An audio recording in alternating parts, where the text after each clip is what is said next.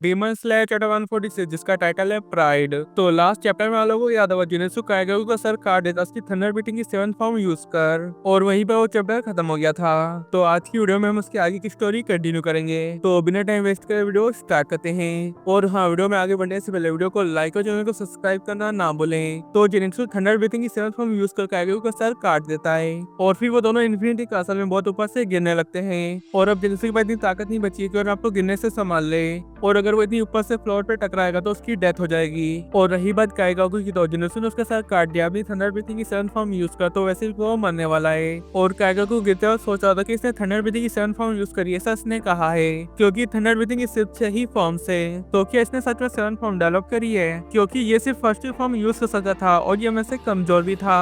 और फिर वो बोलता है कि मैं मान ही नहीं सकता, और क्या सच में मुझे इसने हरा दिया है, और मेरा दिमाग सच में बहुत खराब हो रहा है। और फिर काइगेगु अपने आप को तसल्ली देते हुए बोलता है कि ऐसा नहीं है, मैं हारा नहीं हूँ, क्योंकि ये भी फ्लोर से टकराने के बाद मेरे साथ मर जाएगा और इसके पास कोई ताकत नहीं बची है कि अपने आप को बचा ले, और ये मेरे साथ ही मरने वाला है। मगर फिर हम देखते हैं जिनेसु फ्लोर पे टकरा उससे पहले युशिरो उसको बचा लेता है, और काइगेगु को याद दिलाता है जो लोग किसी को कुछ नहीं देते उनको रिटर्न में भी कुछ नहीं मिलता है। और ये बिल्कुल उन लोगों की तरह जो सिर्फ इच्छा करते हैं मगर आखिर में उनको कुछ नहीं मिलता है, क्योंकि तुम उनसे कुछ बना ही नहीं सके। और फिर युशिरो आखिर में उससे कहता है कि सच में अकेले मरना कितना पैथेटिक है। और फिर ये सुनने के बाद काइगेगु फ्रस्ट्रेशन में जोर से चिल्ला रहा होता है कि जिनेसु को बचा ले गया और वो अकेले एक पैथेटिक मौत मरने वाला है। और फिर इसके बाद युशिरो जिनेसु एक सेफ जगह फ्लोर पे लेटा देता है, और फिर जिनेसु एक जगह पर जहाँ पर चारों रेड स्पाइडर लिलीज होते हैं, और वो अपने मास्टर जिग्रो को रिवर के उस पार देखता है, और जिग्रो भी जिनेसु को देख रहे होते हैं। और फिर जिनेसु उन्हें देख के रोने लगता है, और फिर वो अपने मास्टर को बोलता है कि वो उसे माफ कर दे कि वो काइगेगु को नहीं बचा पाया, और आपने मुझे लेटर्स भी लिखे मगर मैंने कभी भी उनका आंसर नहीं दिया, और अगर मैं काइगेगु के आसपास नहीं होता तो शायद वो ऐसा नहीं करता जैसा उसने किया है। और फिर वो अपने मास्टर को सॉरी बोलता है कि वो उनका कर्ज भी नहीं चुका सका, और मैं आके जिंदा रहते हाशिरा बनना चाहता था। और फिर वो उसके मास्टर से पूछता वो क्या उससे हेट करते हैं, और फिर रेड स्पाइडर लिलीज जिनेसु के पैर में उलझने लगते हैं, और फिर वो बोलता है कि ये मेरे पैरों में क्या उलझ रहा है।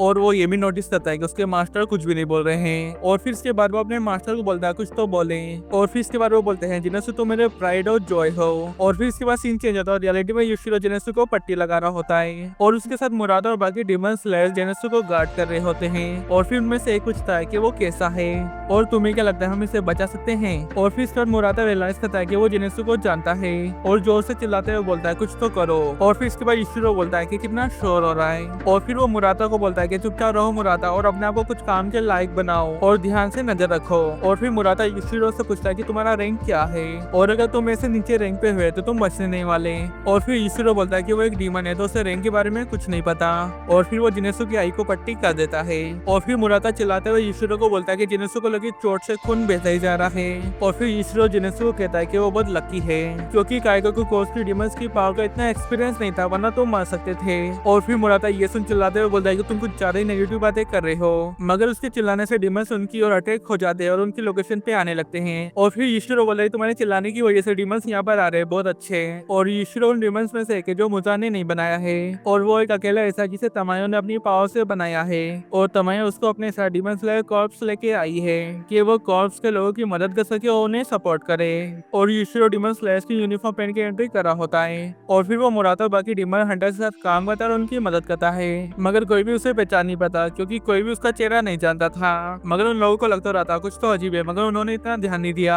और फिर हम देखते हैं युशिरो थोड़ा परेशान हो रहा होता है कि मुरादा डीमंस की गर्दन कट नहीं कर पा रहा है, और फिर वो जिनेसु को एक सेफ जगह पर रखकर उसकी मदद करने चाहता है। और फिर सीन चेंज होता है, हम देखते हैं कि वो तांजिरो कासल के अंदर दौड़ रहे होते हैं, और फिर तांजिरो बोलता है कि हमारा सामना किसी भी अपर मून से नहीं हो रहा है, और क्या मुजान अभी भी दूर है और बाकी सभी ठीक तो है ना। और फिर तांजिरो शिनोबु को बोलता है कि हम पक्का जीतेंगे और उसे पूरा यकीन है। और फिर अचानक से उनके आसपास का एरिया हिलने लगता है, और ये देख दोनों चौंक जाते हैं। और फिर ग्यू बोलता है आखिर ये जगह हिल क्यों रही है, और ऐसा इसलिए होता है क्योंकि किसी ने जोधा अटैक करा होता है। और फिर तांजिरो ग्यू को शांत करता है, और वो सोचता है कि क्या अभी भी कोई फाइट कर रहा है, और क्या वापस से कोई मर रहा है। और फिर वो बोलता है नहीं ऐसा नहीं, कोई हमारे क्लोज आ रहा है। और फिर वो उसकी स्मेल सेंस करता है और उससे पता चल जाता है कि ये कौन है। और फिर ग्यू नोटिस करता है कि कोई ऊपर से आ रहा है, और वो तांजिरो को बोलता है कि पीछे रहो तांजिरो। और फिर इसके बाद हम देखते हैं तांजिरो के सामने एंट्री करता है और फिर अकाजा तांजिरो को देख के बोलता है कि बहुत लंबे टाइम मिल रहे हैं तांजिरो, और मैं सरप्राइज हूँ कि तुम्हारे जैसा कमजोर बंदा अभी तक जिंदा है।